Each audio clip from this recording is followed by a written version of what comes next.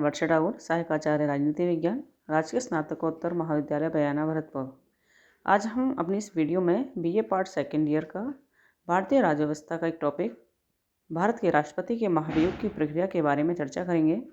महाभियोग वह प्रक्रिया है जिसके द्वारा भारत के प्रथम नागरिक या राज्य अध्यक्ष या राष्ट्राध्यक्ष, जिन्हें राष्ट्रपति के नाम से जाना जाता है, उन्हें इस प्रक्रिया के द्वारा हटाया जाता है।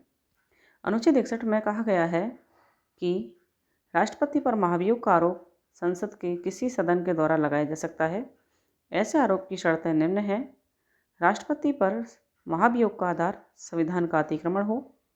ऐसे आरोप का प्रस्ताव रखने की तारीख से 14 दिन पूर्व राष्ट्रपति को सूचना देनी होगी। जिस सदन में प्रस्ताव रखा जाना हो, उसके 1/4 सदस्यों ने हस्ताक्षर करके प्रस्तावित करने का तथ्य प्रकट किया हो। प्रस्ताव संकल्प के रूप में हो। आरोप लगाने वाले सदन का ऐसे मूल प्रस्ताव को कुल सदस्य संख्या के कम से कम 2/3 बहुमत के द्वारा पारित करवाना पड़ता है। तत्पश्चात दूसरा सदन उस आरोप की जांच स्वयं करेगा या किसी न्यायालय या न्यायाधिकरण के द्वारा करवाएगा। राष्ट्रपति को इस जांच में स्वयं उपस्थित होकर या वकील के द्वारा अपना बचाव प्रस्तुत करने का अधिकार होगा। यदि जांच के बाद दूसरा सदन भी अपनी कुल सदस्य संख्या के कम से कम 2/3 बहुमत के द्वारा एक संकल्प पारित करके देता है, तो ऐसे संकल्प का प्रभाव उसको पारित किए जाने की तारीख से राष्ट्रपति को अपने पद से हटाया जाना होगा। तो ये राष्ट्रपति को हटाने की प्रक्रिया थी। अब हम भारत और अमेरिकी राष्ट्रपति के महाभियोग की तुलना करेंगे।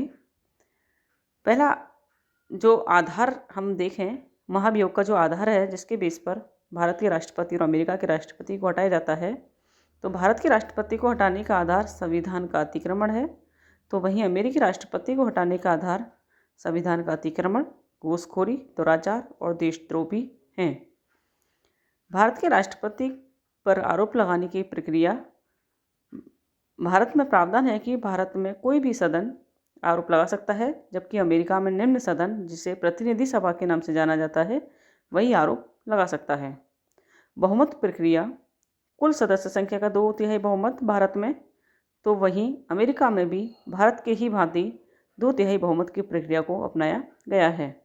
जांच, भारत में दूसरा सदन स्वयं करता है या न्यायालय या न्यायाधिकरण से करवाता है। अमेरिका में उच्च सदन यानी कि सीनेट स्वयं जांच कार्य करता है। इस समय सीनेट की अध्यक्षता सर्वोच्च न्यायालय का न्यायाधीश करता है।